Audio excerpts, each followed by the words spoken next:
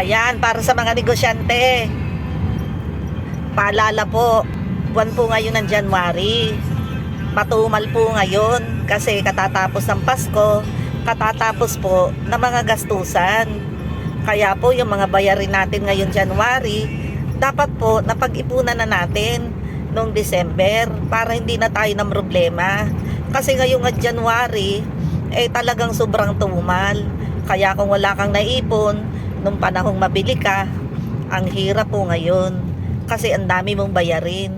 Kaya dapat po yung mga bayarin na yan, inipon na natin nung panahong mabili pa tayo. O yun po ang kalakaran sa negosyo. Mapapagkain man, mapadamit at kahit na anong negosyo, matumal po pag January. Kaya po, wag nating inuubos yung ating kinita nung December kasi kakailanganin po natin yan para sa mga pambayad ng permit, pambayad ng amilyar at kung ano-ano pa. O di ba?